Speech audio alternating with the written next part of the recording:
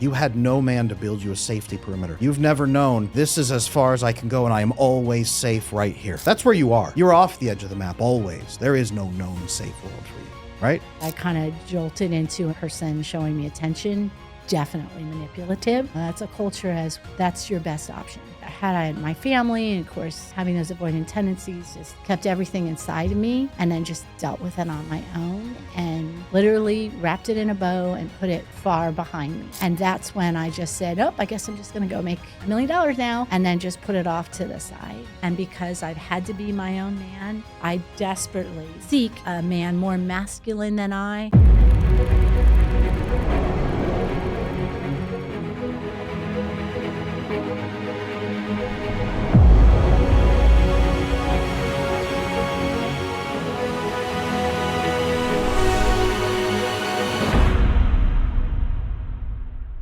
Welcome back to the I Wish You Knew podcast. I'm your host, Adam Lane Smith, the attachment specialist. Today, I've got a wonderful client here on the show to work with us on her relationship. This is going to be a story about a woman who grew up with a single mom, who grew up with a lot of struggles around men and how she's supposed to relate to them. Any woman out there who has struggled to understand what a man is supposed to provide for you. Any woman out there who's had a struggle getting into her feminine self because she's never felt safe enough. And any woman out there who wants to understand how to relax into your most loving feminine self with the man that you truly love and trust. This is the episode for you. Kim, welcome to the show. Well, thank you for having me. It's an honor. What brings me here today is as a now made secure woman, as an alpha woman, as a business owner, how I can manage not only being productive in my business life, but having a total and complete success in my new romance and marriage. We'll talk more about that later. And how to be effective in switching back and forth. And I feel like there's a lot still that I can learn even with this wonderful attachment work that I've been doing here since about late January. Okay. That's been wonderful working with you so far. Thank so you. I'm excited about the future. Me too. Tell me a couple of things. There's, a couple pieces right off the bat. Give me a 5-minute summary of your life up till now. I know it's a lot to condense down into that tiny amount, but a 5-minute summary of what has brought you into attachment work and where have you been so far? Okay, perfect. Well, in learning about your videos that I started watching, I had a pretty traumatic entrance into this world. I was a breech baby, which means I was born feet first. And it was a very difficult pregnancy. My mom says my arms were black and blue. Something happened in the hospital. That's actually when they started feeding you formula. Yeah. I started going back and they said they would hear gurgling. In short, I had some kind of illness. I was in an incubator for several days. They said, get a priest for last rites. So by the grace of God, I did live through it. And even when my mom went to the hospital, they basically called and said, you can come pick up your baby. They didn't know where I was. I was, I guess, at the end of the hallway screaming. And so that appears to me, based on your study, that's a possibility of why the avoidant in me may have kicked off. I'm learning that because my first several days, there was no bonding. In short, my dad did leave our family at 7 months old. My brother was 2.5. And so my mom was the single mother and father for my whole life. She was a very strong New Jersey Italian woman, very moral woman, and worked 2 and 3 jobs to have us in a nice, middle class background. Actually, we left New Jersey, grew up in Scottsdale, Arizona, from 76 to about 98. So I had a wonderful childhood out here back then it was the Wild West, great. I had family out here, great neighbors, things like that. As I rolled in to my, used to do a lot of dancing as a child. So many kids do sports. I did the dancing, tap, jazz, ballet. Yeah. Started probably dating way sooner than should have, but had some real good, innocent relationships as, right there at Chaparral Lake, I went to an underwater submarine race. That is a complete fabricated thing for the young boy to have me go out there. But because he never even kissed me, he was just a nice gentleman. Everybody laughed at me because I thought that it was real. But at any rate, but then as I started to get a little bit older, things got a little bit dicey. Yeah. And then, of course, I made some choices that just because my mom touted on, God bless her, she did the best she could, that there were no men that came into the home. She didn't sleep around. She didn't date. Then I later discovered, well, there was literally no role model of any kind. Yeah. There was a little situation that was pretty big back in New Jersey. The one and only person she did have a relationship with was abusive, and I witnessed my brother being beat to a bloody pulp. So that's why I never, to this day, like to watch any violence at all. Okay. Maybe a little beat 'em up, shoot 'em up, kind of a Tom Cruise thing. But other than that, no. So rolling into, had one healthy relationship that I did not know. Okay. That was the only healthy relationship. And because of society and everything, thought, oh, got to go explore the world. Yep. And again, also in the 80s, it was all about, be the career woman, be all you can be. You don't need a man. Go out there and make your millions first. And being in Arizona, in Scottsdale, all about money and material things. And so I slipped right into that. Okay. And as a result, did some pretty neat business ventures. And then really wasn't until my 30s that I probably had somewhat of a relationship. And he was probably secure because, again, he was younger than I, with avoidant tendencies. And so what I didn't realize is I was probably very avoidant. That's why I didn't really care if things came or went. And at the end, it was not to be a marriage. Was literally told that I made a promise to myself I wasn't going to sleep with the first woman I married the first woman I slept with, and I would like to go back to my Czechoslovakian Polish roots. Okay. So have you mostly throughout the course of your life, when there's been a man involved in your life, are they mostly avoidant? Looking back, I believe so, which is why I sort of rolled with the punches because I was avoidant too. Okay. Like I said, for the exception of the first one and the last one. Okay.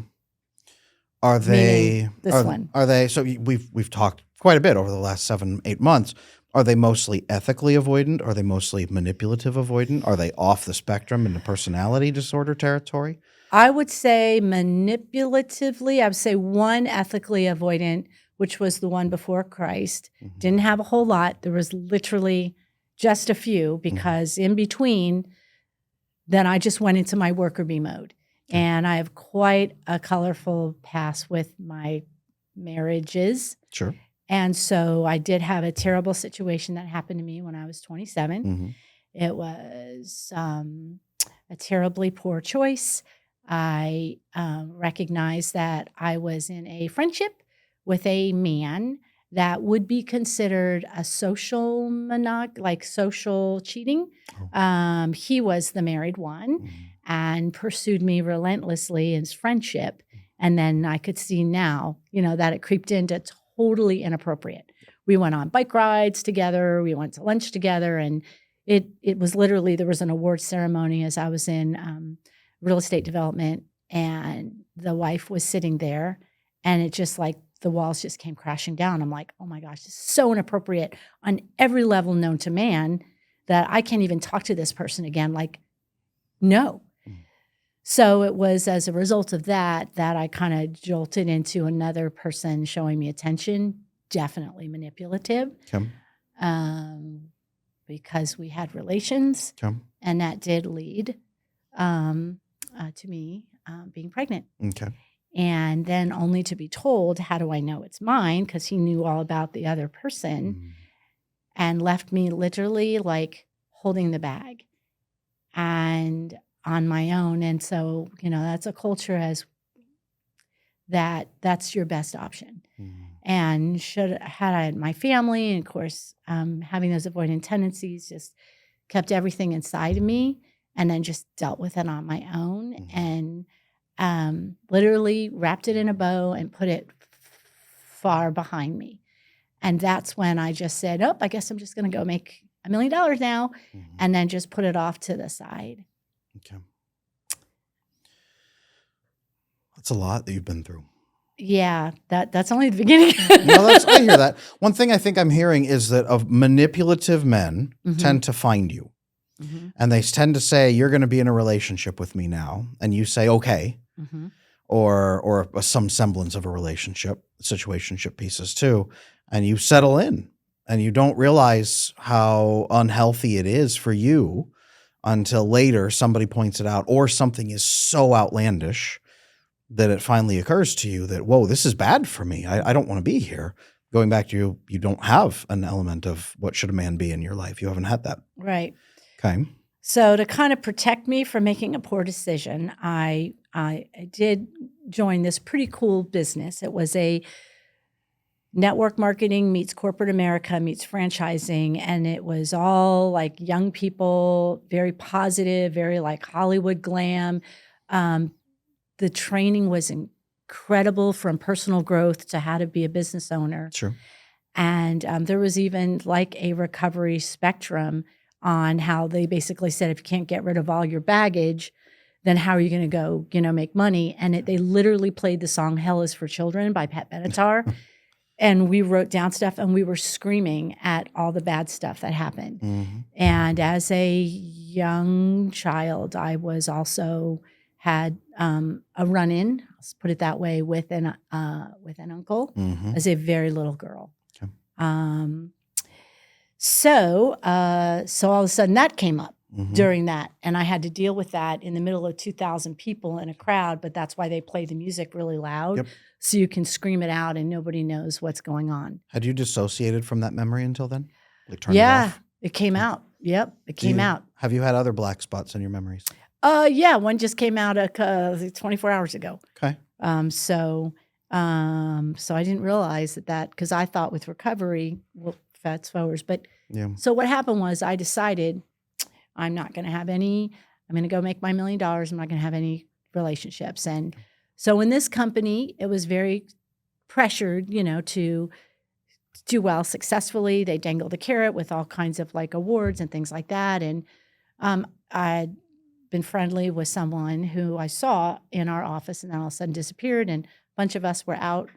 Anyways, it turned out this person got kicked out of the company because they were their green card was false. At the end of the day, what I saw was all these people who were successful were married. Oh, yeah. And then my friends and I had the idea that, well, why don't you two do business together? And so I decided in my strangeness that and I really did make a mockery out of marriage. So I basically could have gone to jail. I married a foreigner so that we could supposedly go do this business together. And just like you said, that I didn't even realize till this very second, he had no intention of actually doing the business with me. You're just realizing that right now. This very second. Because when I think about it, I'm like, yeah, because we went to the Justice of the Peace. He went home, I went home. I mean, I have, a friend that was there, a witness. And then all of a sudden we decide to go to the attorney, and she literally says, oh, yeah, she probably could tell. I've watched people walk away in shackles, if, they try to. And so I guess we looked at each other. He's like, well, we're going to need to move in together. And I'm like, yep, 2-bedroom, please. At any rate,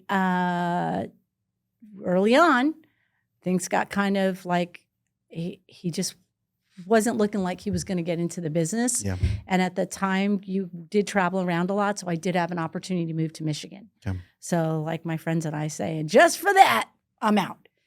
I get asked all the time, what is my attachment style? What is my attachment style? What is my attachment style? So I have finally launched the attachment assessment. This is not a short quiz that just spits out an answer after 3 seconds. This is a thorough, in-depth, science-backed assessment. Check it out on my website, adamlanesmith.com, and learn your attachment style, the severity of what you're dealing with, and some next steps you can take right now to build very secure attachment. Can I ask you, what is your self-esteem like? Now? What has it been like through most of your life? I prior to now? feel like it was good. Okay. And I feel like I was lying to myself, Mm-hmm. although I did have my mom did tell me both good things about myself Okay. and very honest.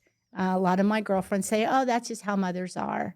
Okay. Um, So she was critical at the same time. mhm. Loving, but very critical. Yes. Okay. Yes. Like a New Jersey mom can be sometimes. Totally. Yeah. And it was when I was like, "It's not okay for you to say those things." Well, I'm the mom, Uh-huh. and I get to Uh-huh. because I'm the mother. Okay. And so, although we're very tight, have been most of my life, but it has been Yeah. that very push-pull Okay. thing. A lot of heavy appeal to authority instead of working with you like a person. Right. Person And to person. so I feel like what I learned about myself was the not good enough card. Not good And enough. that's There why I we go. did extremes. There we go. So, Kim, are you've mentioned avoidant a couple of times. Is it possible that you're quiet, disorganized? based on your work, I feel like could be loud disorganized because when it hits the fan, I do go what I call New Jersey Italian. Okay. Like I'll go for months on end, but if I do get triggered, Yeah. that's the flip the switch. Okay. And then I'll be like, all right, tuck it back in, Okay. get it together. When you blow up, So, what does it look like? not pretty. No? No. Paint me a picture. F you. You know, Mhm. like, who the F do you think you're dealing with? Like, you Mhm. don't know who you're messing with. Mm. I can ruin our relationship in 5 sentences. Okay. Okay. It's when in a romantic side. Yeah. How long does it take you to get there? What do they have to do to get you there? Now, quite a while. Okay. Quite a while, unless I do get poked when I'm under stress if I'm working. Yeah. But probably months. So you're right Months. about the quiet. You're like, it's not okay to talk to me like that. Like, that's not cool. Like, I don't like that. And then, just like my friend's saying, just for that, Mm-hmm. now you're going to get it. Okay. And that's what I've learned. Got it. Not good. There's two flavors of women who have avoidant tendencies that I've worked with who take on more manipulative partners. One is, yes, avoidant women who they don't have negative self-esteem as much, but they just have no idea what to expect. So they expect the absolute barest minimum you possibly can. And they don't have internal, anxious, low self-esteem tendencies. They just have no standards for when it comes to how to be treated. It's as long as you're not punching me in the face, anything shy of that is fine. Right? No, because when I saw how my brother was treated, Yeah. but then I was tricked, and I'll tell you about marriage number 2 in a minute. Okay. So this guy, just kind of circling back, so obviously he went his way, I went my way. Mm-hmm. And then I did meet somebody. Mm-hmm. And then I was like, whoops, that's going to be a problem. Because then I had to like kind of fess up that I kind of did this, but I never really, I said as a business thing, and I'm like, oh yeah, this is going to sound all kinds of ethical. Yeah. But it was really because I was probably hiding, which I recognized later. It was really about my choice when I was 27, Mm-hmm. which wasn't the choice I would recommend. Mm-hmm. And so that was the underline that I didn't really realize. So I would say that one was probably close to ethical. Okay. But then again, the porn addiction, that got in the way. And then, of course, then we went through that. And then I was like, and just for that, I'm moving to Florida. Yeah. And then, just like Dr.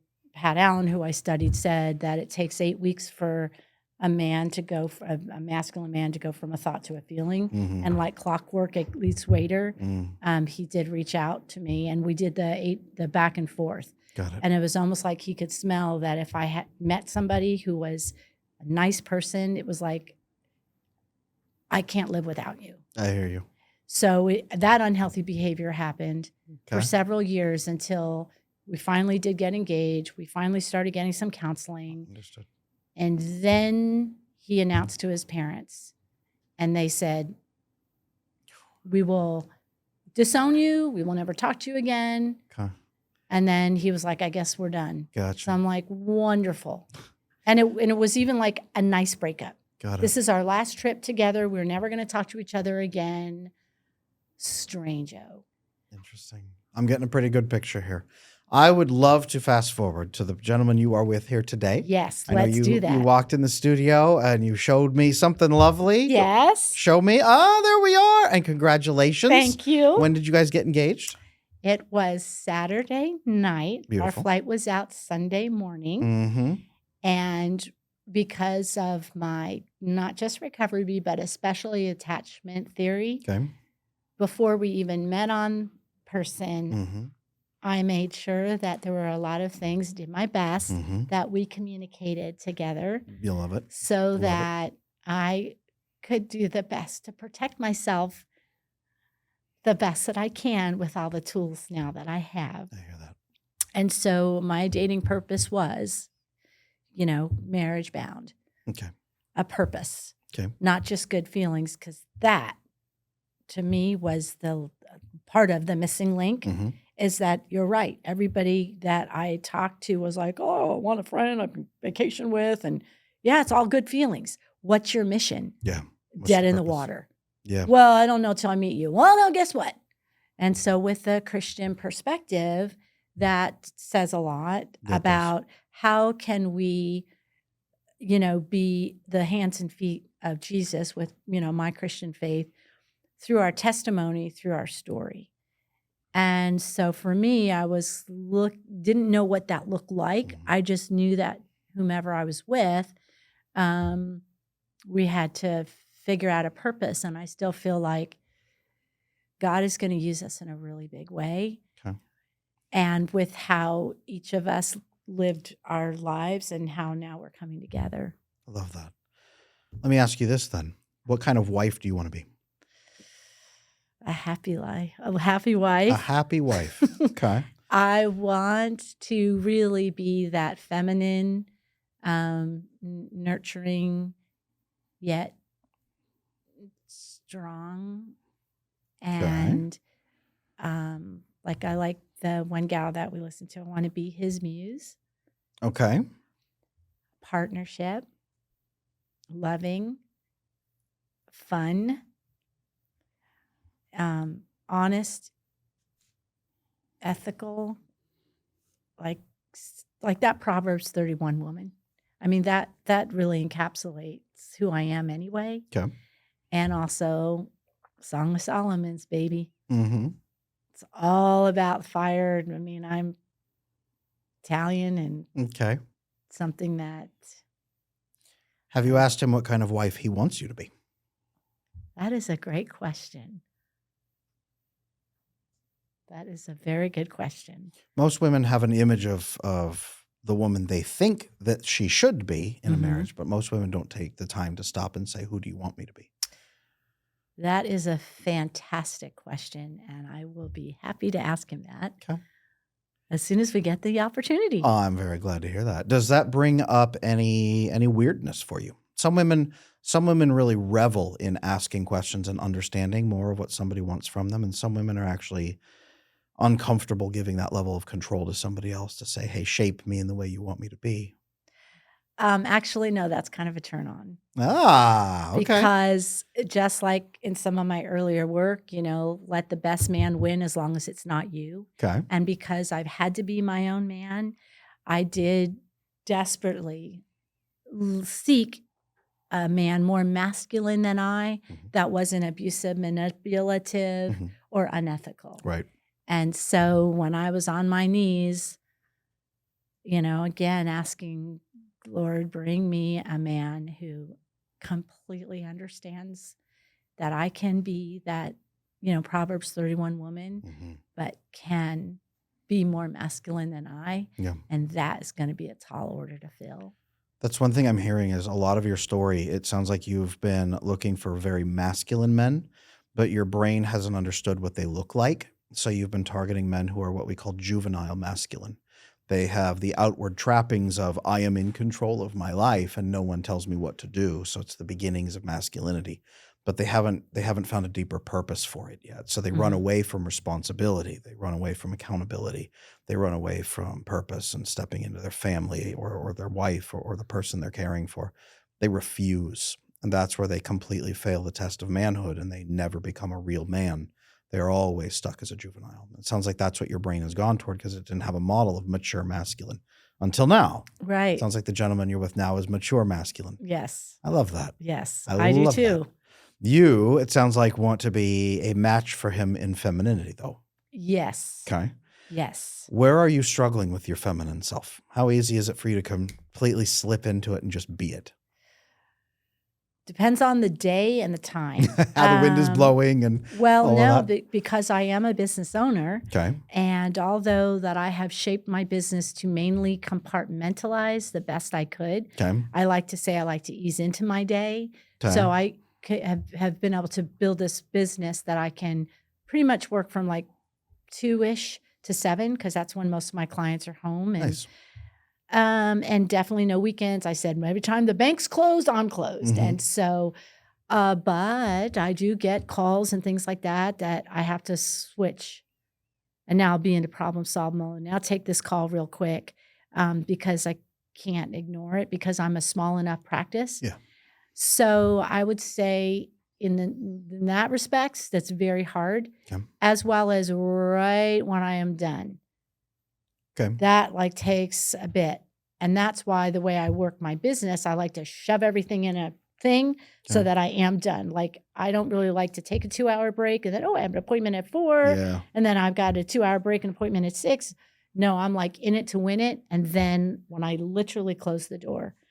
So I feel like on the weekends and in the mornings, like I can really come into my own. Mhm. And that's why knowing all these beautiful things I love to do, Mhm. my self-care, cooking, Mhm. writing, being sweet, Mhm. Being a girly girl, the romance stuff. I love that. But then all of a sudden, if something comes up, it's almost like snap. Like I snap out of it. And now I have to go into business mode. It's really bizarro. And then to be like, oh, I'm off the phone now. Everything's fine. No. That's whiplash for you and for him. Yeah. Yes. Yeah. And then he's like, calm down, honey. Relax. We're on vacation. You're supposed to be Mhm. having fun. Mm-hmm. And so he's really good about like, Okay. And how long have you guys been together as a couple? about probably going on about 8 weeks. About 8 weeks. Yeah. So Okay. it's short. So I took your cue. I was Go going to fast say. to go really slow. Yes. And so we're at about 7 weeks of engagement. Beautiful. And yet we talked for about 3 weeks over the phone, but not Mhm. just like 20 minutes, hour and a half, 2 hours, Yep. 2.5 hours, almost every day. Yep. Like you say, stress tests, risk asides. Mm-hmm. And then things did come out, just like you shared. Well, what happened in your last relationship? What was your part in it? Mhm. I asked him both. And even at one time, I'm like, I don't know, be mad at her or you or both of you. Mm-hmm. Whose fault was it? And Yeah. he even said, partly mine too. Yeah. And then I have no problem saying, this is what happened to me. Okay. This is my part in it. Mm-hmm. And I feel like I just stayed too long. I felt like there were some things that through some doctrine Mhm. that I stayed. Yep. And through keeping it a secret, I should have known in recovery, we're only as sick as our secrets. I hear that. And so, Okay. yeah, switching Switching to in. my femininity is like super fun and I love doing Yeah. it. But when I get interrupted and then have to like go back, Okay. So it's hard to that's buffer. super hard. So the buffering is an issue. Buffer, that's perfect. Buffering, and it sounds like. Do you have a uniform that you wear at work, and do you have a uniform you wear at home? Have you done that yet? Yes. And my office, like there is no paperwork anywhere else. Yep. Good. So yes. When you have to take a phone call, do you go to your office? Ooh, not always. Okay. Not always. And plus I'm a pacer sometimes. So all of a sudden I'll like be on my phone. I want to go outside, Yep. go walk because I learned from some other stuff to Yeah. grounding. Yep. Well, being that I'm in Florida and it's scalding hot, but the concrete, Yeah. I go and walk on concrete and sometimes I'll take business calls. Here's one thing I might want to flag to you. Tell me if this is on target or off target, but it sounds like business in many ways rescued you. Business made you safe. Business made you healthy. So jumping at business was, I'm safe now. I'm wondering if when you get a business call now, your brain goes back to that place that says, I'm only safe if this call goes well. So you don't just flip from feminine to masculine or from home to business. I'm wondering if you flip from calm and peaceful to, oh no, I'm in danger, I have to perform. 100. Yeah, there we go. 100. Because even when there was a problem that came up, which sounds a little silly, but there, all of a sudden I come home and there's like this huge hole right next to my beautiful like dream home that I worked my whole life to get.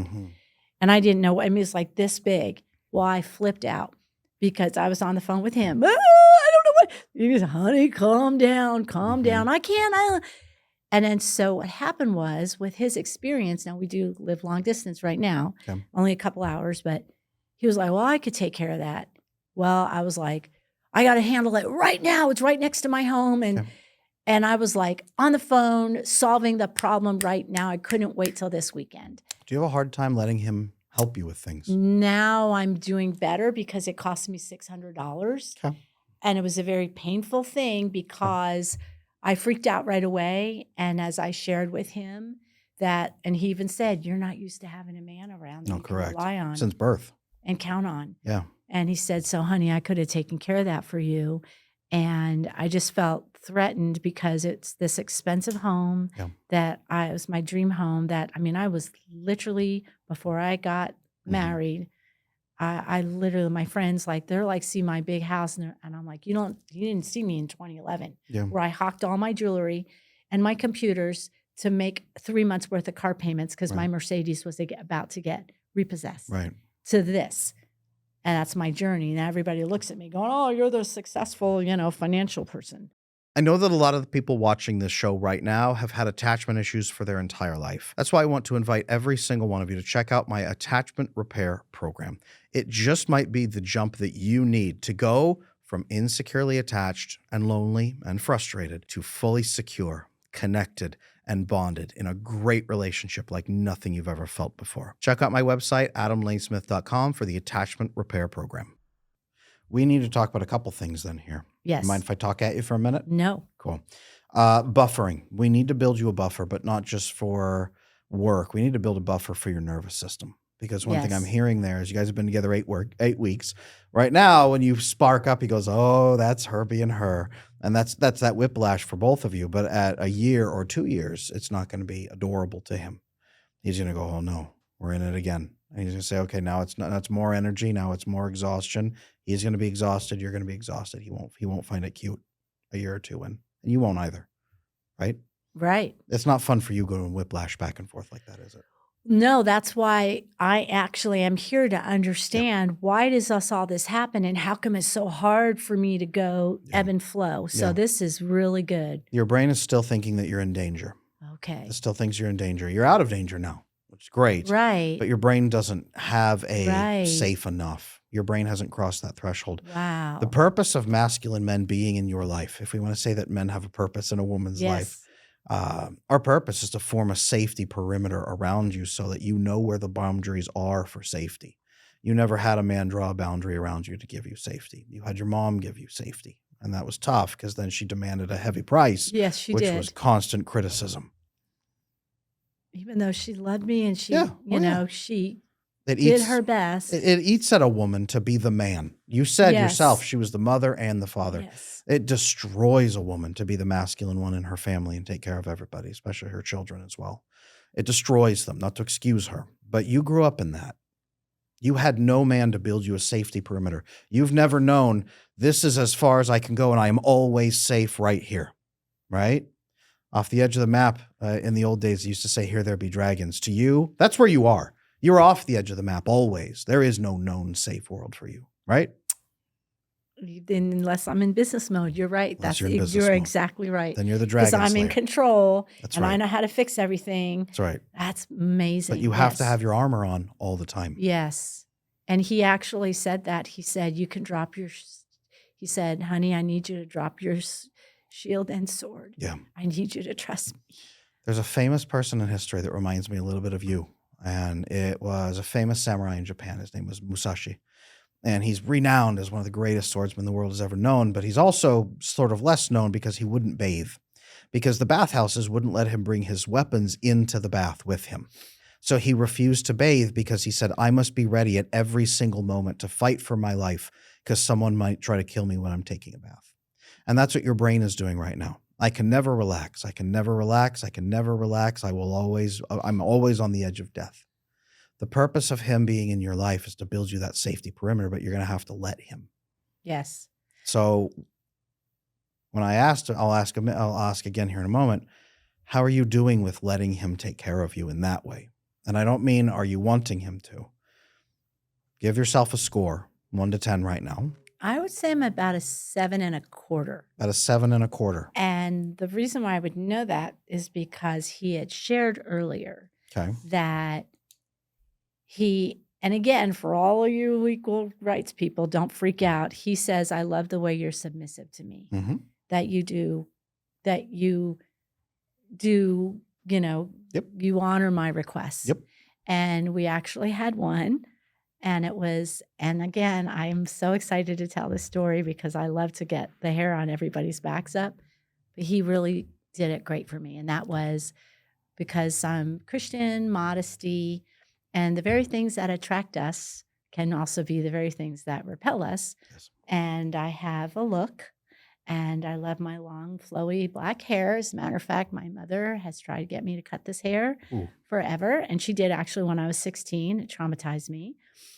And so I literally shared that the man that is going to love me is going to love my beautiful hair. Well, he says that it is better. We don't want to draw the wrong kind of attention. He actually witnessed, some things he's worried about my danger, that I could get swooped up. Sure. Because self-defense, he taught me on how to do that. Good. By the way, that was great. That was one of our first dates. Good. At any rate, I literally went into knee-jerk. This is my hair. I'm going to wear it. This is all about me in my studio, and I'm going to wear my hair exactly how I want. Mm-hmm. He calmly said, which it was truly the grace of God, Holy Spirit. Well, babe, in the old days, the women would wear their hair up, and they would let it down only for their wives because that was sacred between them. Mm-hmm. And then I remembered the wonderful Mennonites that shared the farm and how she always had her hair up. Mm-hmm. And I loved their family. I loved their way of life. Mm-hmm. And I want to honor him. Mm-hmm. And I respect him so much and love him so much. So I was like, okay, well, what if I come up with something that works for the both of us? Mm-hmm. That's your training. There you go. How about, and I explained, if I wear it off to the side, Mm-hmm. and will that work for you? And he said, yes, honey. Excellent. And then I felt really good about doing something that was very important and that was very sacred because of our intimacy and our passion and all the things that were drawn to each other, and being modest, but being wild, sexy to him. I love that. That's excellent. So that I feel like is a huge shining example of like knee jerk. You're not going to tell me what to do. Then I'm like, oh, no, I don't want that. I don't want conflict. I don't want, Yep. Because he said something very important. What if we actually are in a situation? Mm-hmm. True. A serious situation. I need you to listen to me if our life depends on it. True. And being that we are kind of in the interesting times, I get that. And so I hear that. I'm happy to do it. Good. Do you think he would give you a 7.5 or 7.25 out of 10 for letting him help you on things? Rescue you even from things? I hope so. I hope so too. That's another question you can ask him Yes. tonight. So number one, what kind of wife do you want me to be? Mm-hmm. Number two, what kind of a score between 1 and 10? Yep. And this is not where am I at submitting to you? You can ask that question. But that's still, again, it's so out of context because in the biblical sense is if the man is in order with God, yes, then the wife can can rest in Totally at that peace. he's answering in our faith. Right. He has to be accountable to our Father. Yeah. So now I can rest in Yes. that. He's middle management, and so you can trust the management above him. And when they're out of order, and that's where I do believe the Christian doctrine has gotten a little sideways. We have. When they're out of order, you ain't got to be in order. Right. And so that's where I feel that, I can rest in that because of his faith, knowing he's accountable. Right. To our Father. Only because of his character and only because of his faith are you able to fully let go. 100%. And that is the right message for women who are listening right now. It's the quality of the man. Right. 100%. He has to be in line, or there is no chance for her to submit. And that's his ethics, his integrity, Correct. his honor, his honesty. Correct. And that's, yes, I think he's just amazing. Excellent. And I'm very attracted to him, of course. But I had to look at him through spiritual eyes as well. Mm-hmm. I had to guard my eyes from his handsomeness, Mm-hmm. but I had to look past that and be like, okay, and stress test his honesty, his integrity, his accountability, his value. And that's where I say, he has things money cannot buy. That's the game right there. Where are you at with managing your trauma reactions with him? Because a lot of women will pull inside and manage it alone, and then come back to him when she's calm and settled. So happy that we actually had a pretty significant thing happen to us. Okay. And it didn't go well at first. Okay. And it was because I didn't understand what was happening. So we were in a moment. Okay. And I had some kind of a very horrific negative flashback from this last marriage. Okay. And he tried to, what's going on? Talk to me. I couldn't formulate what was happening because it was pretty bad. Okay. And as we know, we don't like to talk about our past because then we don't want the man to have any kind of an image, and ruin anything like that. And it was terrible. Yeah. And he got frustrated. Yeah. And even he had to pull away for me to come back to him. Yep. Say, okay, I was trying to explain to him. I'm trying to formulate the words. Give me a minute. I was trying to, that's what happened. Couldn't even speak about. So on our training, the fight, flight, fawn, whatever. Freeze. I felt that's what happened. It happened so fast and out of nowhere, it came out of nowhere that I had this. And then he got kind of frustrated and it was like, I got to know if you're going to be my wife, I got to know. Then I got threatened by that because I felt like, oh no, he's going to leave me.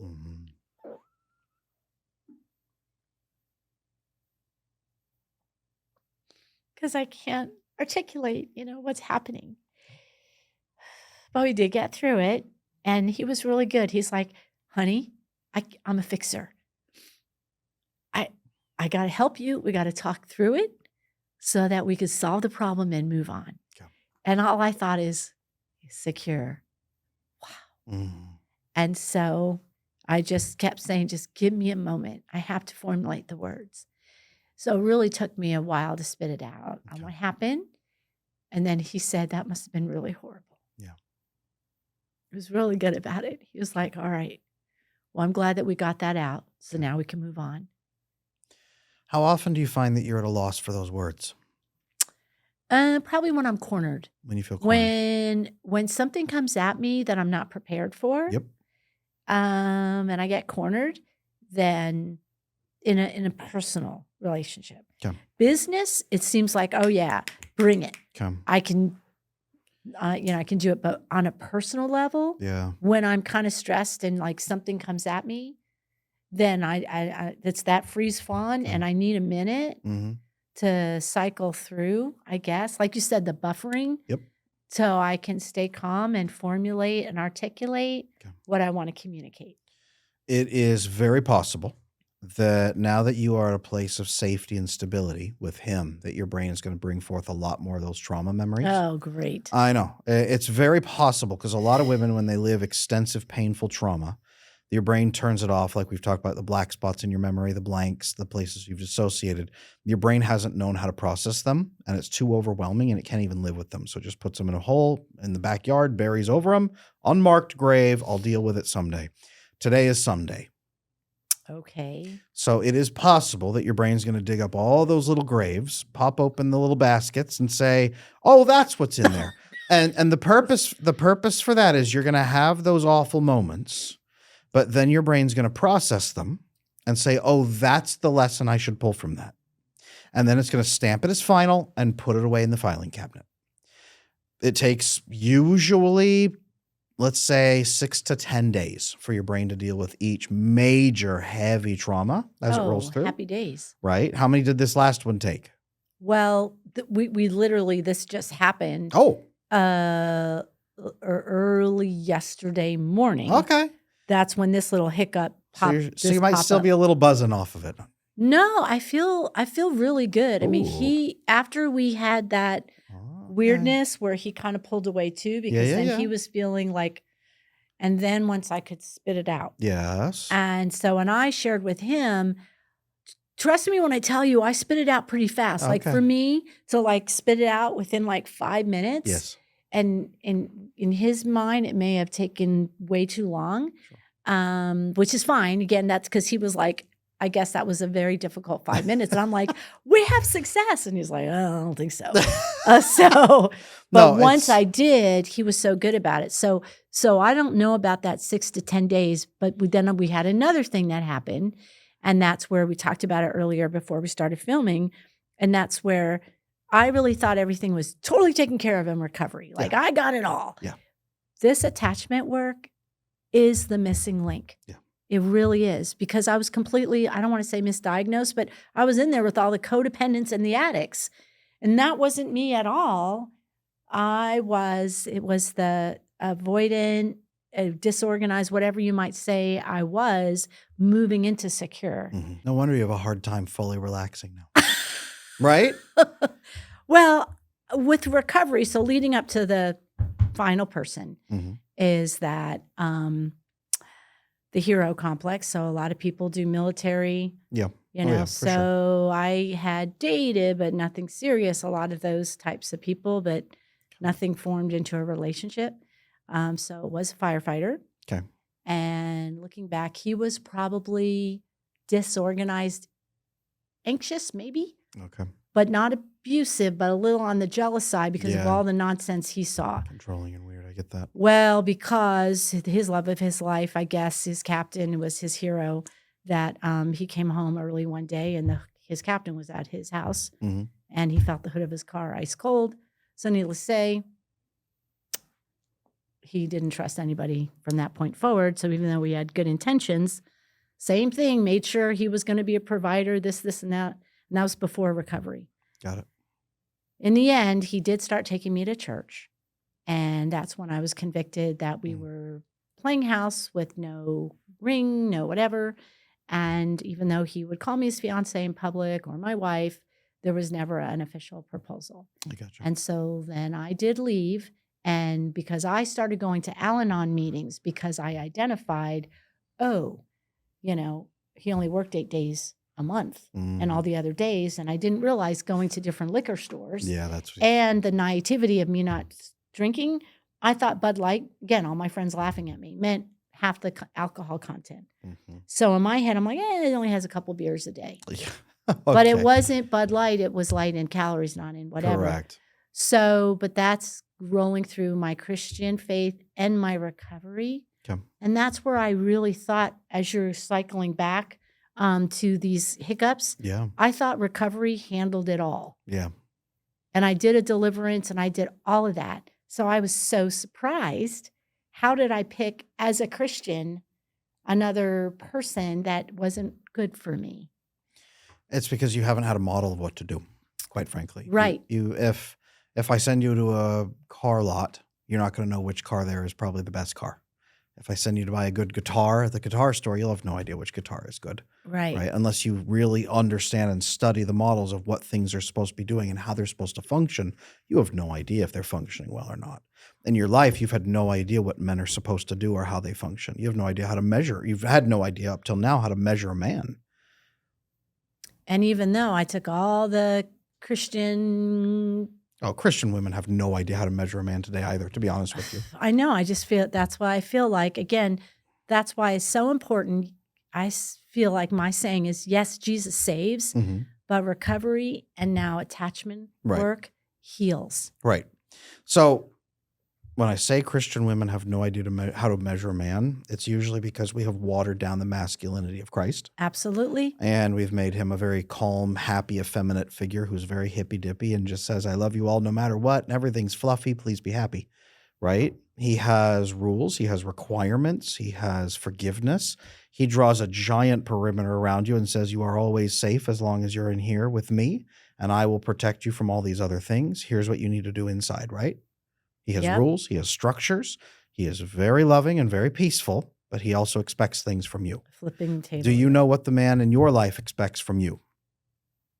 Do you know what your fiance expects from you? Do you have it tattooed on the inside of your arm so you can follow? Integrity, fidelity, honesty, communication. Good.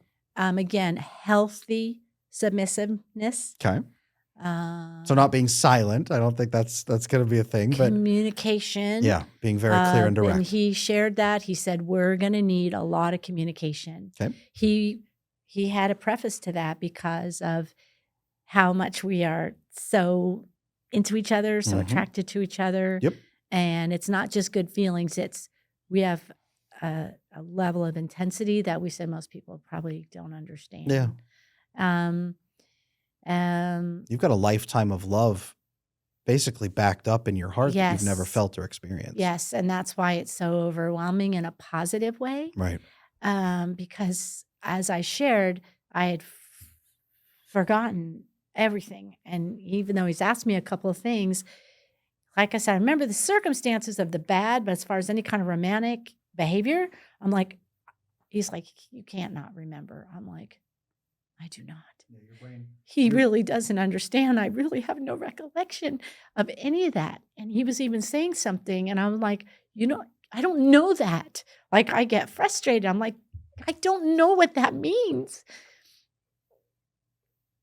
I hear that. Let's make it more understandable. Yes. Couple things. I asked you how you manage trauma with him. Here's one thing I'd like you guys to start doing. Okay. I'm going to draw you a happy little circle here. Yeah. Okay. Here's the masculine. Yeah. It builds a perimeter. Okay. This is your domain. Yes. This is his domain outside around that circle. Okay. Yours is everything inside this circle. Okay. Okay. This is your job in the relationship. Okay. His job is to manage all of this outside. So if you find yourself ever leaving that circle, that's you getting outside of where you need to be. And I'm not saying this like be submissive and be passive. That's not you. That's what I'm saying. Define. This is where you're in danger.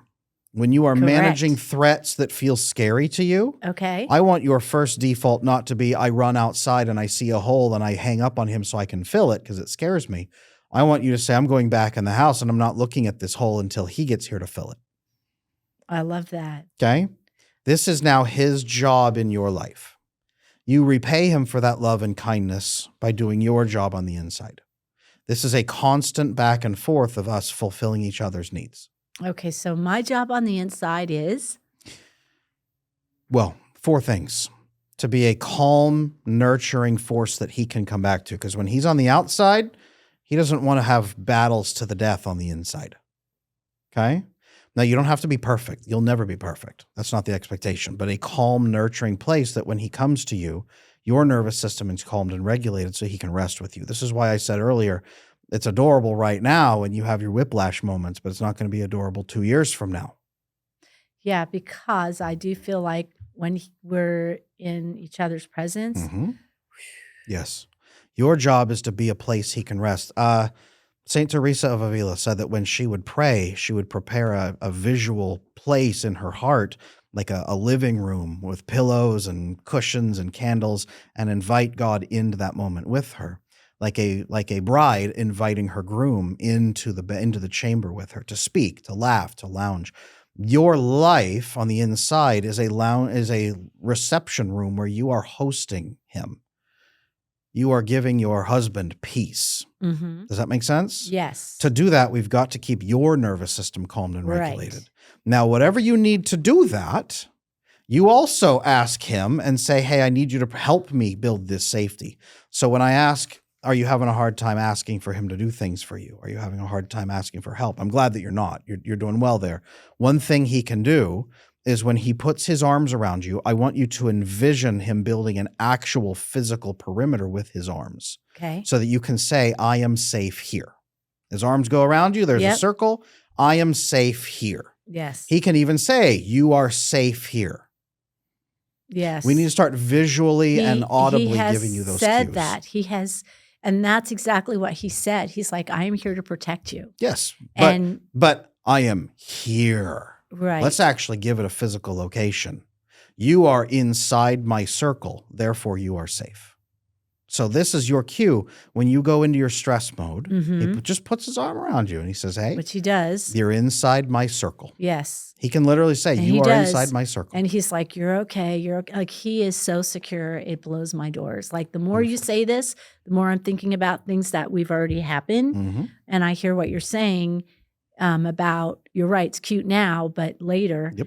However, I still do feel like there have been a couple of hiccups that we're already doing better. That's excellent. It's a shorter time frame. Yep. I'm able to spit it out. We're able to like move past it. That's a capacity-based question. So what we need to do is help him understand that when you're entering that mode, what's happening is you have a language center in the brain called Broca's area. Broca's area is responsible for speech. When you go into your shutdown and you start getting stressed out, Broca's area diminishes. You have the effective communication of a toddler. That's that point. What happened the other night, literally. If you get mad and yell at a 3-year-old, come on, spit it out, they freeze. They wet themselves and they cry. That's what they do. So what we need to do when you're that locked up, if you can say, hey, I'm locked up. Okay. And if he understands, we have no idea. When we see a woman, she just starts refusing to speak to us. We go, what are you doing? She just goes and just stares. It's like the one time she stops talking, it's like, what is she doing? So what we need to do is help him understand and help you understand that in that moment, what we actually need is for you to calm down. Yes. As you calm down, the speech center is restored. Okay. And all of a sudden you can articulate as a full adult again. It comes back. It always comes back. Yes. It's just your brain is prioritizing, I'm in danger, run away from the bear that's about to eat me. Yes. I don't care about articulating. As we calm you down, that's all that's really needed. Yes. A lot of guys do escalate because we push, and then your brain says, okay, well, I'm in danger from not articulating, and it might squeeze out a couple of words, but that's not the best. That's, a lot of men go there because that's how we manage each other. But that's exactly what he said. He apologized later that he did it to pull me. Yeah. A lot of men, we manage each other that way. Yes. So when a woman does it, we don't know what to do. So we manage her the way we would manage another man. That's exactly what he did. All of us do that. And because I'm kind of masculine inside. It worked. Right. It worked. Right. But we don't want to balance pain and fear with more pain and fear. Right. We want to balance it with this. Okay. One thing I love teaching men to do is the back of your neck actually is a level of safety for women. If you're not safe with him, it will creep you out. If you're safe with him, it will flood you with oxytocin. Okay. So if he can take his hand like this and not like death grip, but put the thumb in and just gently fold the hand over the back of your neck, right at the base. Yes. There's a lump there. Okay. That's a safety area for you. Okay. So he can gently fold his hand there and pull your head into here. Into his chest, and then put his other hand at the small of your back, pull you in and hold you. Yes. And you will flood with an overwhelming amount of oxytocin. Okay. Which will then flood you with GABA, an inhibitory neurotransmitter, which shuts down your cortisol. You will go limp. You're going to feel yourself go, and then you will fall apart like a sack of potatoes, and he'll have to hold you up. He's very affectionate, and I fall apart like a sack of potatoes. Love it. Many, many times. Beautiful. And he is so good about that. Okay. I mean, he could give a class to men about how to be a manly man and Good. how to bring your woman into safety. Good. And so that's what I said, like I'm going to need a special kind of a man. Yes. Because as much as I feel like I'm doing my best to show up, and that's what I shared with him, Yeah. my frustration is I've done so much work on myself to show up better. Yes. And yet I have these episodes still that so that's what happens. I get disappointed in myself. Yeah. That I'm not better. And Here's the problem. I've done so much work on myself. You're not a creature that's meant to live in isolation and then to improve herself inside herself. That's not giving you the experiences that you need. You're trying to learn intellectually how to do better. That is where I feel like society is pumping all of us into the self-help courses, classes, What I like what you say is now go out and practice it. Yes. Well, that's why I decided, to date after the horrific experience, after the marriage number 3. I, again, benched myself for 2.5, 3 years. And then somehow, here we go again. Right. And then I just couldn't tell whether or not, he was ethical until I really learned Now you the feel scope of, but that's the thing is, for me, I'm like, just for that, I'm out. Yeah. But I can so like, why would I ever go back into that? Like, no. Whereas there are people whom, and again, if it works for them, that's great. No, I won't say if it works for them, it's great. There's one way of being, and you're entering that way of being. This is a whole new world for you. Yes. You're 8 weeks into this new world. Yes. Give yourself more grace, number one. Most women give themselves 0. So give yourself some grace. Remember that if you are safe inside that circle, you have room to play, you have room to test, you have room to grow. A good, healthy man, like it sounds like the one you have found here, he will give you room to play and to grow and to make little mistakes, honest mistakes, and then to talk about those honest mistakes and reflect on them and learn from them. That's the joy of what you have found, is you don't have to be perfect. There is no sudden death. There are no landmines under your feet. There are no landmines inside that circle. There's no danger inside that circle. So when you say be the wife, I need more clarity on that. I mean, I know like on the happy homemaker, which I love. Right. His friend, his partner, his lover, our mission together. But what is there anything specific that within that mention? Absolutely. 4 things. We started on the 1, calm. Calm, You need to create that calm, but not create it by yourself. You said something great, self-help. I don't teach self-help. Right. I teach relational change. Yes. We change in relationships. We change a relationship to God, to our husband, to our families. You changed in relationship to your mother, but you also changed in relationship to your father, even if he wasn't there. Yes. Right? He should have been, and the lack of relationship is what changed you. Yes. You didn't change yourself. The hospital changed you. You didn't change as a child, as an infant. Yes. Right? Relational change is what's going to lead you forward. So stop the idea of I have to do it myself. Yes. How am I going to change myself to be better for him? Yes. That's the death spiral most women enter. How do I change myself to be better for him? Talk to him. Yes. Where do you see that I can grow? Okay. Not where should I change? Yes. How can I be better? How can I be a better wife? It sounds like a death trap. That's the not good enough. Right. Where do you see that I can grow? Where can I be a deeper wife for you, right? Okay. 4 levels. 1, calm. Yes. How can I become more calm? If you can do this for me, sir, I can become more calm here, and then I will return that calmness and love to you. Okay. Level 2, gentleness.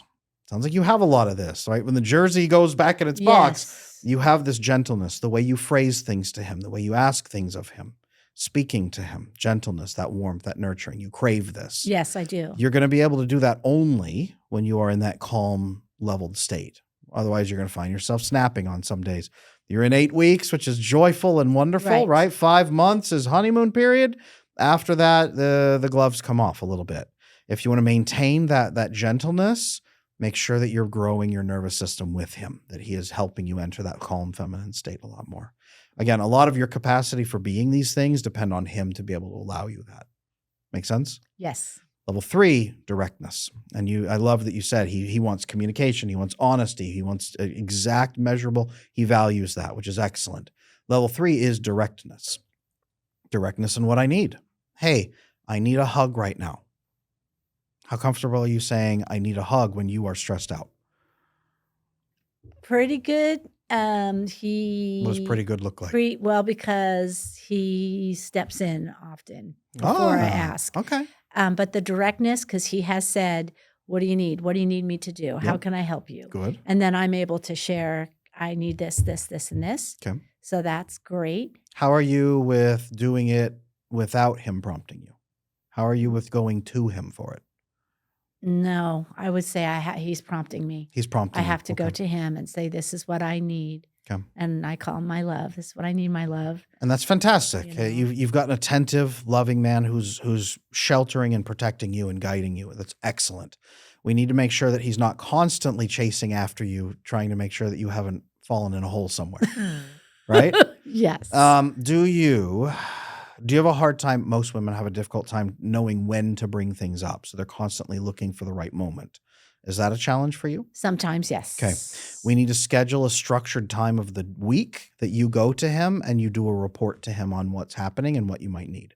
We need a structured time where you make yourself sit down and think about what your status level is and what you actually need from him in that moment. Do you want to do it once a week or once a day? What's going to work for you? Yeah, probably once a day in the beginning. Good. And we have actually utilized your podcast for our teaching moments, and based around, it seems like many of the topics. Actually, when Jeremy did attachment wounds in the bedroom, that was we watched that later. Really good. Good. For actually he and I, he said something had happened that he remembered Jeremy saying XYZ. We all have something. And it helped him. So that's wonderful. Excellent. Okay, I love this. My wife and I, for us, once a day, we check in the mornings and we say, score of 1 to 10. We're that couple. Score of 1 to 10. How you feeling about your day? Yes. How you feeling about your day? I'm 7 out of 10 is pretty good. Your nervous system's calmed and regulated. 8 out of 10, it's your birthday. You're happy. You're looking forward to it. 9 out of 10, I'm going on a cruise later, like kind of stuff. So you're probably never going to be 9 or 10 out of 10. But 7 out of 10, 8 out of 10, 6 out of 10, even 5 out of 10, not doing so good. 4 out of 10, really doing bad. Something's rough today, right? 3 out of 10, I'm locked in this miserable spiral, and I have been for a long time, and I'm really getting tired of it. Where are you at? And then what can I do to serve you today? Me to him, because both of you. Okay, for both of us. Check in. Hey, where's each of our numbers? Yes. And what can each of us do to serve the other one today? Okay. Right? I like that. End of the day. How was your day? And what can I do to help you go up by 10% right now? Right? Check in at the end of the day about a half hour before bedtime. I like that. And that's the other thing. For me, I need wind down time because I'm solving problems, talking to people. Blah, blah, blah. Correct. And so in the beginning, it was a little rough because he wanted to talk right away. And I was like, I need to do this. I need to do that. Yep. And he couldn't understand, why do you need all that, to just be quiet when I can just talk to you on the phone? And your business is you having to step outside of here. Always. And that's fine. That's fine. You're not afraid of the darkness outside, and you've been there, and you've built a business that needs you. I'm not telling you to quit your business. But when you step outside of that darkness, the problem is now you have to step back into the perimeter. So your transition state, when you came in and said, I need to figure out how to transition, whiplash, stop the whiplash, go back after a phone call. Yes. Go to him. Yes. Grab his arms. Yes. Wrap them around you like a scarf. Okay. And then say, I'm back inside. Oh, I love that. Okay. And I think he'll love that too. That's you co-regulating. Co-regulating. This is not something you've probably been able to do for any of your life with any human being ever, is co-regulating. This is something every human being should be doing with most of the humans around them, is co-regulating with them. You have been outside the human experience for the entirety of your life. Yep. Welcome to the human race. Yay. This is good. Sign me up. Last questions here. What are your top 2 fears that are left? What are you afraid of happening in this relationship? What are you afraid will go sideways? A failed relationship. Clearly that. What are you afraid will lead to that, though? What are you afraid is going to rear its head?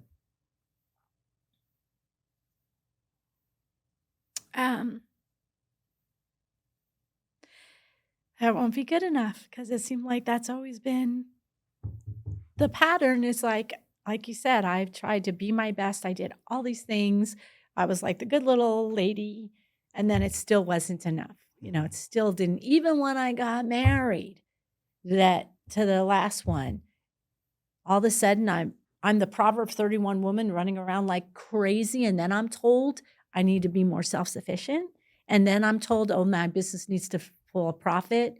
And then, so for me, it's the failure of I didn't do enough to make that person happy enough to accept me for who I am. And I don't want to have to perform. My desire is to be loved because of who I am. Yes. Not what I do. Right. I hear that. There's a saying that for a woman to be a Proverbs 31 woman, she needs a man who is Genesis to Revelation. Yes. Right? Yes. That's the problem. You've got guys that are like Times Magazine, right? Or New York Times. They're not even in the right book. They're not even any of those books. That's been the difference. So you have had the wrong measuring scale. When you say I'm not good enough, well, good enough for who? Right. Good enough for what? Exactly.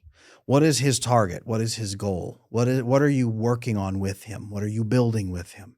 These are questions you should actually sit down and talk with him. I teach the model, the updated marriage model that I teach that's biblical, that works for everybody nowadays, is the CEO and COO model. If the man is the CEO, the chief executive, you're the chief operations. You're both co-executives together, okay? And that's level 4 of what a woman offers to a man. It's not all just quiet submission. Now you are a co-executive working with him. Under him in the hierarchy, but co-executive working together with him. And that's what he needs from you in the finality of it. Yes. That's why he needs calm to come to you and build decisions. That's why he needs gentleness from you. That's why he also needs directness from you and loyalty. What he needs at the end of all that is to trust you enough to step into co-executive leadership with him. For what purpose? Not good enough for what? That's the question you need to go ask him. You don't need to go ask him, how can I be good enough? Right. You say, back to the beginning, what kind of wife do you want me to be? What kind of wife do you need me to be? Yes. And then you can check in with him. How am I doing on my grading? How am I doing on my report? Not, am I good enough? Right. How am I doing? Give me a job performance review. Tell me where I can step up. And you're free to do the same in return. He should ask you, am I leading properly as this Genesis to Revelation man? What, you are my wife. You see me more than anyone else does. You see my ugly parts too. Where am I at? Am I performing the way that I need to? Not for your approval, but so that he can maximize the kind of man he is. So let's take care of the I'm afraid I'm not good enough by defining what you need and by checking in with him continuously so that you don't feel like you are ever falling behind. I never want you to worry that you're not good enough ever again. Right, because that's part of that is then,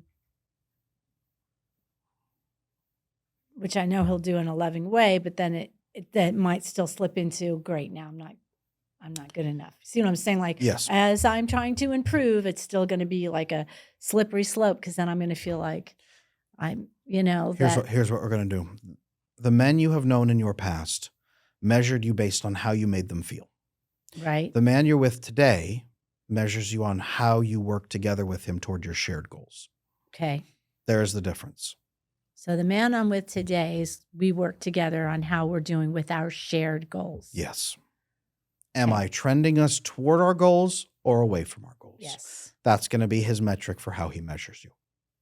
Okay. I like that. That's what a good man measures on.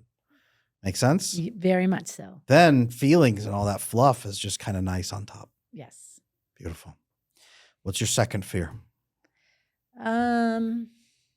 Dig deep. I'm here to help you resolve it. So what would you're afraid of not being enough. Right.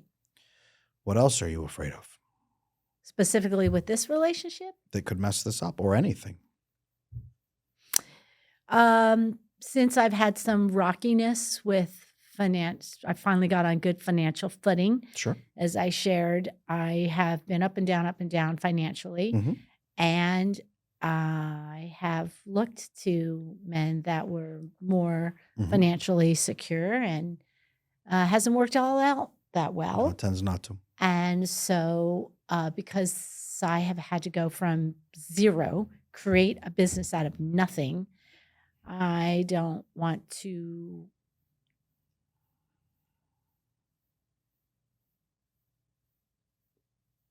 surrender all. And that's what did happen to me in the past. I surrendered it all. And then at 50 is one thing to start over, but at like 60 something financially. Right. And yes, I do have some expensive taste, and I have, yes, I'm a little materialistic. I drive a Mercedes,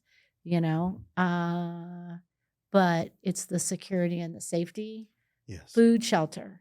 Yes. And that's why I never did want to be one of those women that married for food, shelter. I, of course, wanted to marry, for love and provision, protection. Yep. And so that is my fear, that I had to do some serious reconfiguring once I realized literally 10 years ago that I had to get out there and do it again. Yeah. I don't want to have to get out there and do it again. So you're afraid that I'm afraid of the financial part there is, and I do believe I am speaking a broad net with women in my age group. We've had to focus, provide, only to give it all up for love, because we were happy to do it, right. only for them to rip the carpet out from underneath us again. Right. And that's why I share, even with my financial advisory stuff, I say, ladies, men, you can bury your wife on Thursday and go back to work on Monday, because that's how you power through. But if you lose your spouse, you're out for 2 years. So with the life insurance, I'm like, if you think your wife's going to go back to work on Monday, not happening. So for me, even if the good Lord sent him home, that's what I'm saying. You don't get it. I won't be able to function if something happens, because if that Yahoo, I don't mean to be disrespectful, but the avoidant person jacked with my nervous system, we were barely together. Yeah. So I know how I need to gear myself up to provide for myself, and that is my biggest fear. If this thing goes sideways, how am I going to provide for myself? And I just don't want that. God, I don't want to have to do it again. I'm trying to wind down. Right. That's why I had this 10 to 12 year place. And that's what I said to the ex-husband. I said, yeah, be careful what you're asking for. Yeah. If you want me to be self-sufficient, you don't even know what I'm capable of and what I'm asking for. Right. I have really good news for you then. Yes. The perimeter. Yes. That a man provides. Yes. We talk about what a woman provides to a man. Okay? Yes. Those 4 things. A man provides you 4 levels of safety. Yes. He must. Yes. He must, absolutely must, to call himself a man and a husband, provide 4 levels of safety. This perimeter is not just, okay, when you're here, I'm not going to let a tiger eat you. Okay? Yes. Level 1 is physical safety. You're Yes. safe physically from me and with me, right? In the case of your ex, but also you're safe from anyone coming and intruding. Yes. If there's a thump in the night, I will go check it out with my baseball bat. Yes. Right? You stay in bed. Okay? I will protect you physically. And you've talked about him doing that. You've talked about feeling Yes. physically safe with and I him. do want to just quickly interrupt. I have carried a weapon with me since I left that marriage. Yep. And traveling to Arizona was an amazing thing. I had to take my weapon out of my purse. Mm-hmm. And it hit me. I don't need a weapon. I have somebody who can kill somebody in one move. That's right. And it never occurred to me, even though we were together. It was like my security blanket of knowing how to use it and all of that. And Yes. I'm like, whoa, Yes. we're going to be together now. I don't need to have this on me 24/7. He's going to kill the tigers for me. Yes. He's going to protect me. Level 1, physical safety. You're relinquishing that to him. Okay? Level 2 is resource safety. This does not mean the man has to pay every bill and you stay at home barefoot and pregnant. That's not the goal. I work with plenty of couples. The woman has more money on hand than the man does. Plenty of that stuff. But if something went horribly wrong, he would step forward and provide for us. If something goes catastrophic, society ends, and we have to fight over cans of beans in the grocery store, he will get the beans, right? Yes. He will not leave me high and dry. If he dies, there's an inheritance. There's a life insurance. There's a whatever. He's not taking away my business. He knows that my business is also my lifeline. He makes sure I am financially and resource-wise safe at all times, whatever it takes. If I have to work, okay. If he has 6 life insurance policies, okay. Whatever it is, he provides resource safety. Make sense? Yes. He does not have to have 20 million in the bank. He needs to make sure that you are covered. Yes. That's a man's job too. I have 2 or 3 life insurance policies on me for that reason too. Yes. So it's a reason that we have to do that. Okay. So when you say that is his job to make you feel safe in that. But that is something you need to take to him. Yes. And say, I have 5 different ideas for how we can build resource safety. Can we implement these together as a couple? He does not have to go get 5, 6 more jobs. There's a number of things he could do. Yes. Make sense? In a lot of sense, because we already talked about Perfect. my knowledge and his skill set and things that he knows we feel like we're just in the beginning stages of what does that look like? How are we going to collaborate? Yep. And, because he's in a transition as well. Awesome. And I was like, I feel like God's got something very big for us. I just don't know what that is yet. And so I love that. Beautiful. There are 5 different ways. And again, I already That's talked about life insurance. I'm like, oh, That's perfect. these are the things we need to do to get you on life insurance. So he already knows that that's coming. Maybe you guys build a company together. Actually, who we knows? really are trying. He wants to flip houses because of his skill set. Yep. And so we were going to actually talk to a very successful realtor. So we feel like something's coming. Beautiful. And it's coming big. And we feel like right now we're like kind of focusing on ourselves, getting these glitches Yep. out of us. Okay. And then I feel like then we can, move, Beautiful. start moving forward. Emotional safety is level 3. Yes. It sounds like he's providing a tremendous amount of that to you. Like on a scale of 1 to 10, he's 117. Yeah, that's what I mean. Seriously. That's what I mean. That's why you're glowing the way you are right now. That's perfect. The last piece is bonding safety. Okay. You are my person. Yes. I am bonded to you personally. I like you personally. You said I want to know that I'm loved for who I am. Yes. That's that last component. Now, a man needs to provide it, but a woman needs to be able to receive it.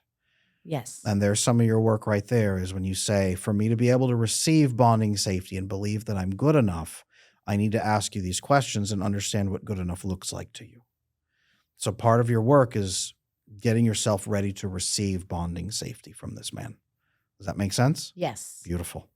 Bonding safety means what in He our likes me work? for the human I am. I am not just a warm body, and I'm not just pretty, and he's not throwing me away for the next woman that walks along. He's not going to change at 99 days and suddenly become some abusive person. He is not going to yank the rug out from under me on purpose.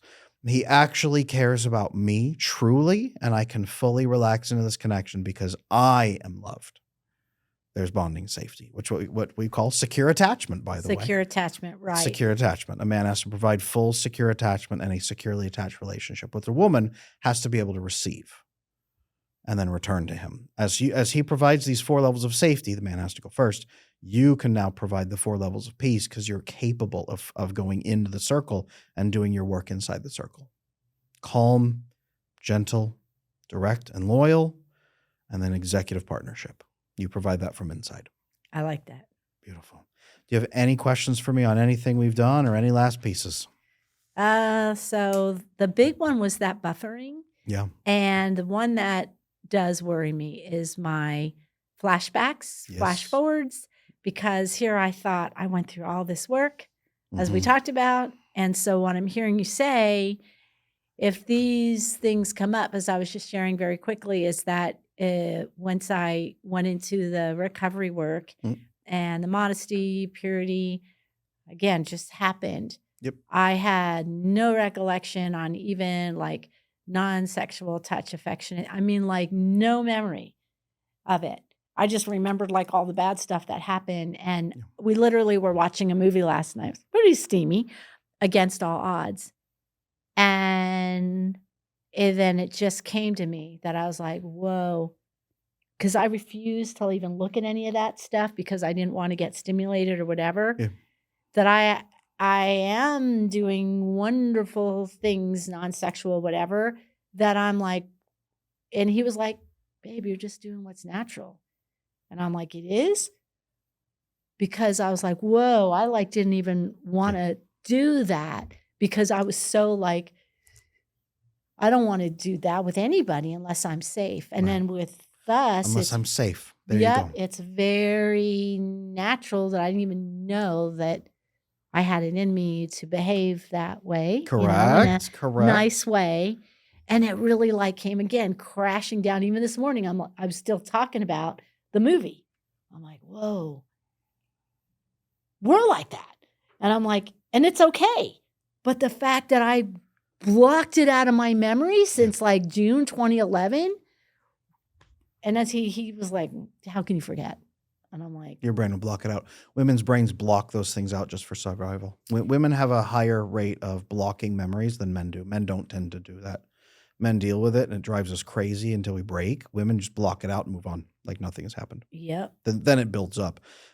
If you have traumatic flashbacks and things like this Yeah, that pop that's a up, big one because your brain is trying to figure out two things. And so I'm going Okay. to have you ask these questions out loud when you have those moments. Your brain is trying to figure out what are all the variables that led to me getting hurt like that. okay, What are all the variables? It's trying to track all the variables. okay, And then how do I make sure I don't get hurt like that again? okay, That's really it. If you stop, soothe, ask him, hey, I'm having one of those moments. I need a hug so I can come down. You come down. You say, okay, what are the variables that led to me getting hurt in that moment? What was it? Well, it was the other person being crazy and off the hook, and we hadn't set this relationship, and I didn't know what to do. And okay, those are the variables. It's not knowing, and it's the other person. Okay, what can I do to make sure I don't get hurt again? Never be with someone I don't feel safe with. Don't be with someone who has these characteristics. Go the opposite. These characteristics only. Well, I have that. Oh, I'm safe. right.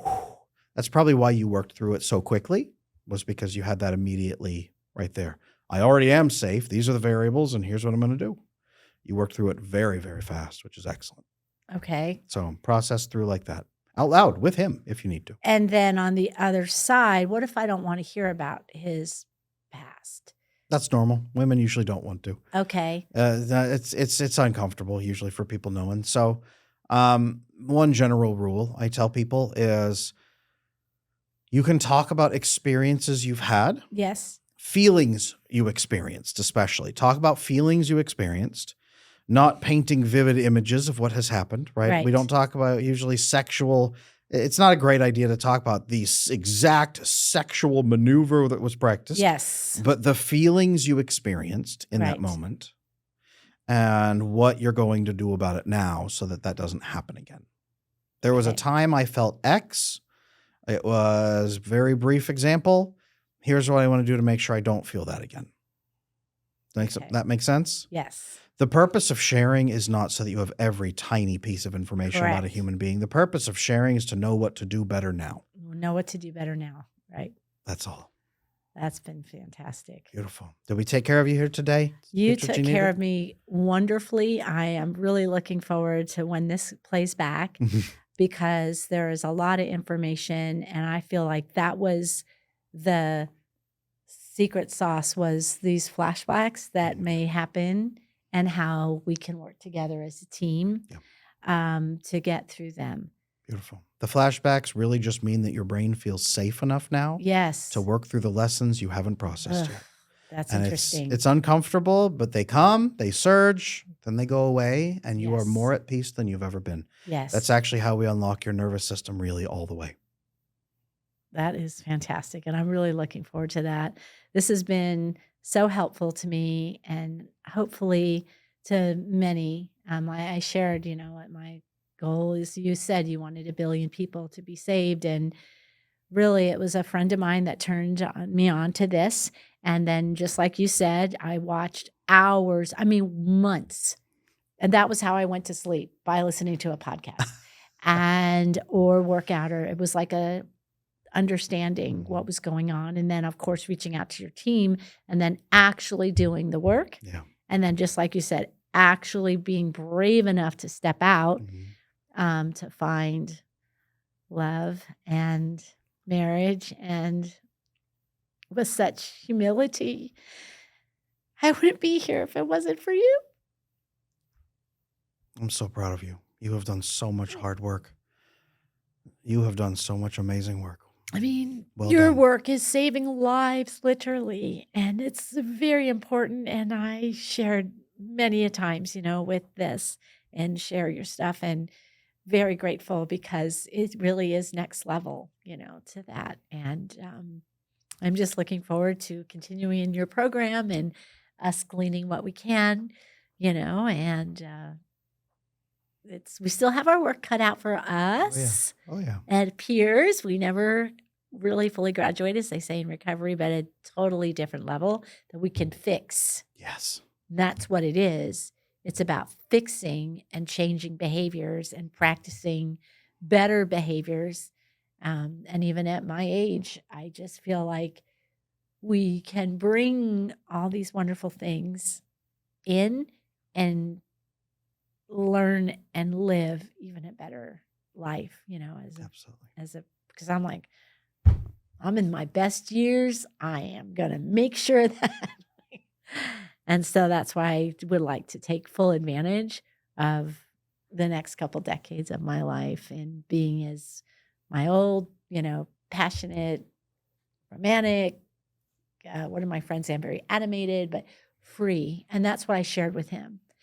For the first time in my life, I feel free. I'm so glad. It's about Free to be time. me. It's about time. Yes. It's going to get so much better from here, too. I'm looking forward to it. Wonderful. Thank you for your trust here today. I'd like for you to come back at some point, give me an update. I'm going to keep talking to you. I know we'll stay in touch. I but would absolutely love to come back, and it has been really an honor and a privilege to allow me to share, my testimony and my story. And it's definitely, I knew I would be able to figure out more, once I shared, because you don't know what you don't know. That's so true. Thank So, you for being here today. You are very And welcome. thank you Thank for you for being having you. me. Everybody at home, I hope you're getting choked up like I am right now. I hope that you see hope in this story.